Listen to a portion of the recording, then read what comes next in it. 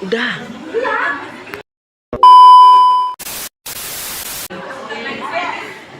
Assalamualaikum warahmatullahi wabarakatuh.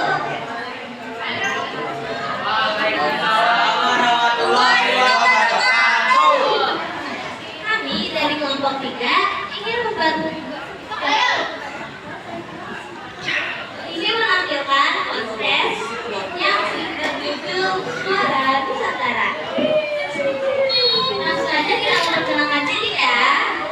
Halo semuanya, nama aku Chandra Rajani sebagai kameramen dan sketsis. Halo semua, aku Misha Irna sebagai host 2. Halo semua, perkenalkan nama saya Haji Barabi, host 1. Halo, saya Misha sebagai narasumber 2. Halo, saya Chandra Rizky Darmawan sebagai narasumber 1. Langsung aja yuk kita mulai ke podcastnya. Ayo. Halo Teman-teman, selamat datang di Suara Nusantara. Podcast kali ini kita bakal membahas wawasan Nusantara dalam bidang ekonomi. Wah, menarik banget nih, apalagi penting dalam menjaga persatuan bangsa kita. Benar banget. Nah, sebelum kita mulai podcastnya, kita perkenalan diri dulu ya. Dimulai dari narasumber. Halo, saya Chandra Rizky Darmawan sebagai narasumber 1. Halo, saya Rizkaulia Tamhini sebagai narasumber 2. Halo, saya Misha Irna sebagai host 2. Halo, saya Azami Badrawi sebagai host 1. Karena udah tahu nama-nama di podcast ini, kita langsung aja ke pertanyaan. Apa itu wawasan Nusantara dalam aspek ekonomi? Dalam aspek ekonomi adalah pengembangan ekonomi Indonesia yang merata. Mengapa wawasan Nusantara penting dalam ekonomi? Agar tidak terjadi kesenjangan ekonomi antar daerah dan seluruh wilayah bisa berkembang bersama.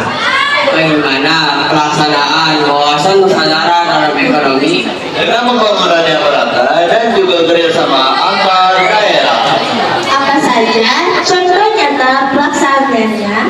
Ada pembangunan jalan tol, pelabuhan, dan pasar di daerah terpencil agar ekonomi berkembang. Apa perilaku yang mendukung wawasan Nusantara dalam ekonomi? Perilaku yang dapat mendukung seperti membeli produk lokal dan hidup lebih hemat. Mengapa kita harus mencintai produk lokal?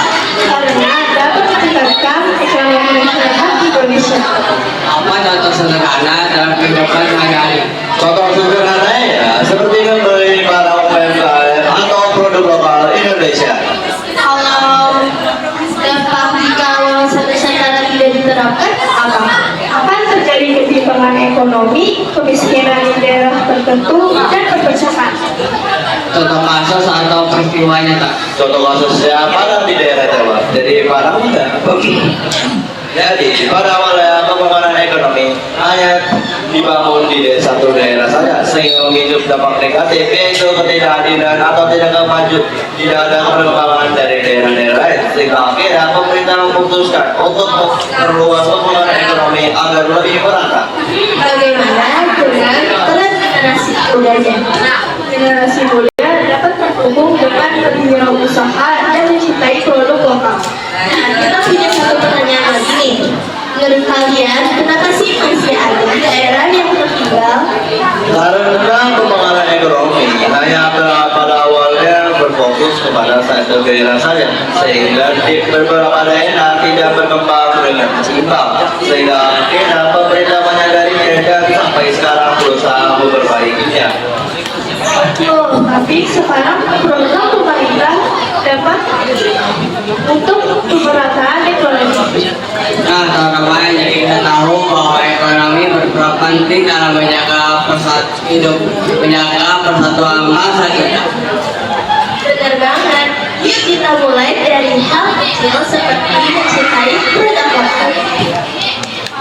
Sampai jumpa di Suara Nusantara berikutnya.